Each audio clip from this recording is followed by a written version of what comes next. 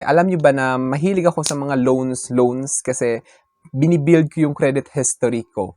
At nais ko lang sabihin sa inyo na yung bangko is nagtitiwala sa akin. Pinadalhan ako ng credit card ng mga iba't ibang bangko actually. What's up guys? Kumusta kayo? It's Megan Joseph Kate. So for today's video guys, let's talk about C-Bank repayment. So paano nga babayaran yung loan natin sa C-Bank? Kasi guys, yung unang vlog ko regarding kung paano mag-loan sa C-Bank. So ngayon, ang gagawin ko naman is paano bayaran yung niloan sa C-Bank. Kasi marami nagtatanong kung paano nga ba mabayaran yung niloan sa C-Bank. Pero bago yun, nais mo lang kita imbitahan na mag-subscribe sa YouTube channel ko kung bago ka pa lang kasi marami pa po akong i-share ng mga tutorials, knowledge, and experience of mine in the future. Kaya naman huwag niyo kalimutan mag-subscribe para updated kayo lagi sa mga vlogs na i-upload ko. Yun lang po at maraming salamat. So, unang-una guys, kailangan niyo munang i-open of course yung C-Bank application ninyo. Siguro alam niyo naman kung paano. Hindi ko kasi guys ma-screenshot kaya hindi ko maipakita kasi bawal i-screenshot. So, pagka-open niyo ng C-Bank application niyo, makikita niyo yung repayment. So, ang gagawin niyo is itatouch niyo yon. Pagka-touch niyo ng repayment guys, makikita niyo yan.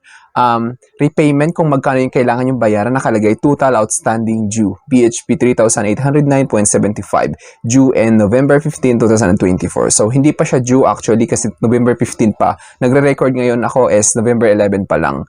So binayaran ko na para mai-content ko at mai-share ko sa inyo para matutunan nyo. So nakikita nyo yan, 1 out of 3 installment. 3,809.75. Withdraw date is October 15, 2024. So, kung kailan kayo nag-loan, kasi 1 month yung magiging interval ng payment ninyo. So, nag-loan ako noong October 15, kaya naman yung due ko is ngayong November 15, 2024. Which is hindi pa naman kaya binayaran ko na agad para naman ma-boost yung credit history natin guys. Kasi huwag tayo magbabayad ng loans natin ng delayed kasi magkakaroon tayo ng problema sa credit history natin. So, dapat binibuild natin yan. Kaya naman, to build your credit history, pay your dues on time or in advance. Kahit 3 days before, bayaran nyo na para maiangat yung credit history ninyo at offeran pa kayo ng mas malaking loan ng financial institutions. Whether it's BDO, BPI, C-Bank, kung anumang nagpapaloan ng mga bangko. Ganun sila. Kapag mabait kayo, of course, magiging galante sila sa'yo. Then, kapag clinic nyo guys, yung 1 out of 3 installment, lalabas ito. Ayan, makikita nyo, loan details. Total loan amount is PHP 10,500.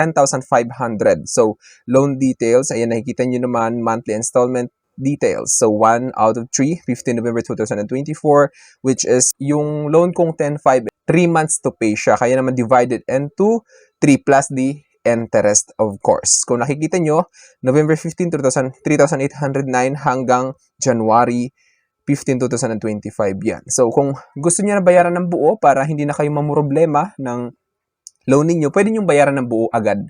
At hindi ko lang masasabi guys na may cashback or ibabalik yung interest. Wala pong ganun kasi negosyo yan. Kung ano yung napagkasunduan, bayaran mo ng buo, ganun pa rin yung babayaran nyo.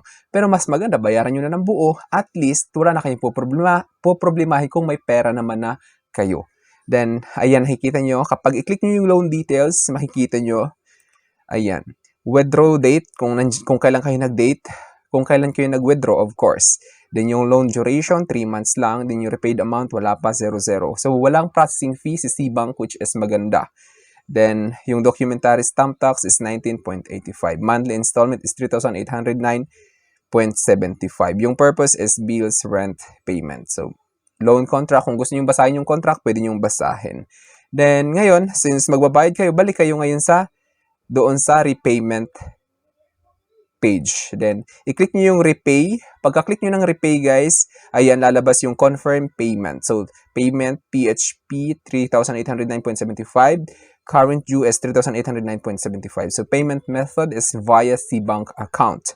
Then, confirm nyo lang. Then, pagka-confirm, mag-i-input kayo ng password nyo, of course, or PIN, then pagka tama naman yung PIN at saka may balance yung C-Bank account ninyo, of course, na nakalink dito, payment successful yung lalabas. Then pagkalabas, done nyo lang, i-click nyo yung done, then nandyan na siya, you have settled the 15 November 2024 bill. So yung upcoming payments naman is 15 December 2024, which is yung dapat nyo ng paghandaan. Huwag nyo kakalimutan yung due dates ninyo para nga hindi mag-suffer yung credit history ninyo. Then, ayan, yung nakalagay, my loans, 1 active loan. Kasi isa lang yung loan ko. Then, yung sample loan calculator, kung gusto nyo malaman, yung possible payments ng amount na ilo-loan ninyo.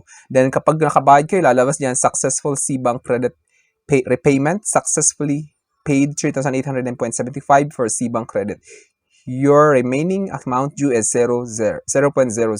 Keep making payments on time to avoid late charges. Of course, kasi kapag may mga late payments kayo, may late charges siya. Improve your credit standing and increase your credit limit. So, of course, kapag nagbabayad talaga kayo on time before due dates, may posibilidad na ma-increase yung credit limit ninyo. Of course, kapag confirm na talaga yung payment nyo, makaka-receive pa kayo ng email. Maliban doon sa nag-pop up sa notification bar ninyo.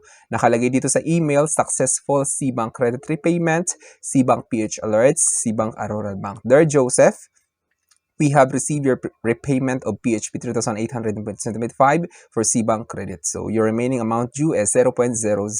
Keep making payments on time to avoid late charges, improve your credit standing, and increase your credit limit. So yun nga yung sinabi ko pa lang, ma-improve yung credit history ninyo, mag-o-offer si bangko ng mas mataas na loan sa inyo kapag nagbabayad ka ng on time or on before due date. So yun yung pagkakatandaan ninyo guys. So before ko i-end yung video guys, nais kong mag-share ng something kasi alam nyo ba na mahilig ako sa mga loans kasi binibuild ko yung credit history ko. At nais ko lang sabihin sa inyo na yung bangko is nagtitiwala sa akin. Pinadalhan ako ng credit card ng mga iba't ibang bangko actually. Kasi alam nyo ba kapag okay yung credit history ninyo, nagbabayad kayo on time at hindi kayo laging delay, recorded yan which is yung sinasabing CIC, Credit Information Corporation. So, lahat ng loans records ninyo, whether it's CBank, GCash, Maya, kung saan-saan man kayo nag-loan, BDO, BPI, at kung ano-ano, sinasubmit yan doon sa isang institutions which is doon lahat ng records ninyo. Kaya naman kapag nag-apply kayo ng loans, doon sila magbe-base or doon sila mag-check which is may sinasabing which is doon sa Credit Information Corporation. So, doon makikita lahat ng records ninyo kung kayo ba ay laging delay or laging on time, advance magbayad.